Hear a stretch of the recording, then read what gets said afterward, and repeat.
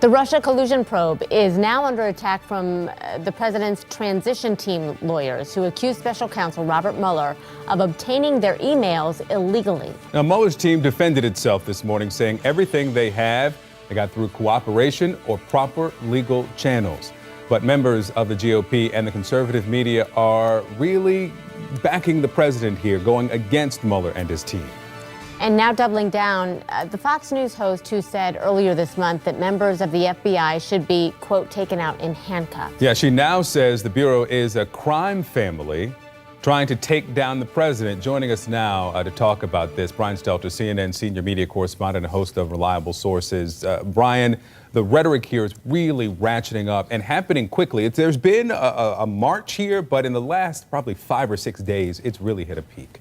I agree with you, and you can't understand fully how the Mueller probe is being perceived, how the public is understanding it, without understanding how conservative media is trying to discredit Mueller and discredit the FBI and discredit the DOJ. There is this concerted effort from pro-Trump hosts on Fox News, from radio hosts like Rush Limbaugh and Mark Levin, and from some right-wing bloggers and commentators and social media stars to tear down Mueller, to demand his firing, and as you said, in some cases even demand his arrest. It is like watching an alternate universe. And you mentioned Jeanine Pirro, the woman who called for them to be let out in handcuffs this time last week. Let's take a look at what she's saying this weekend. Here's how she is framing this for her audience, which includes President Trump.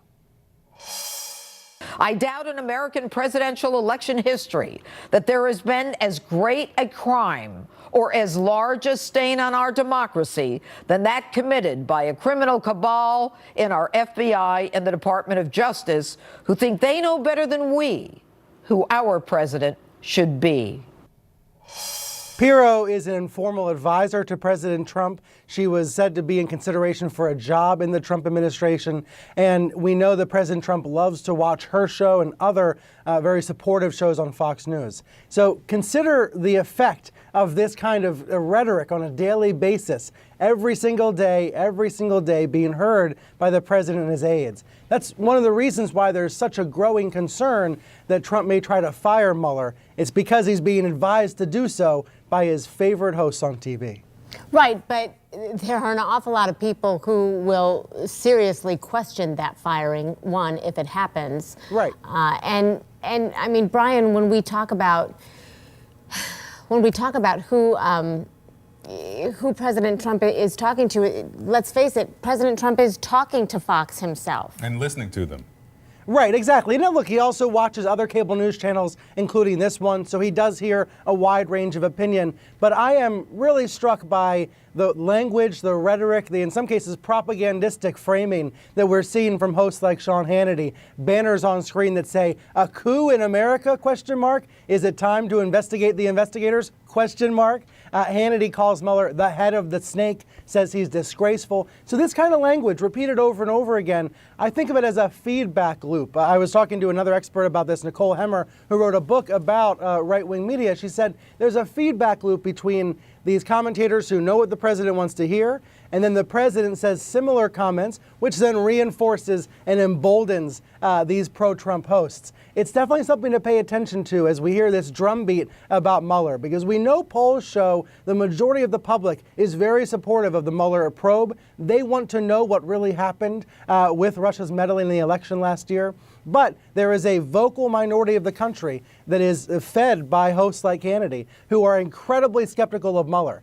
It's a real example of the divide in the country and how conservative media is fueling that divide right now. Yeah, Brian, it's also important to point out that the president is not alone. We heard in the testimony, at least the questioning by some of the House members when the Deputy Attorney General, Rod Rosenstein, was on the Hill this week, quoting some of these reports, some of these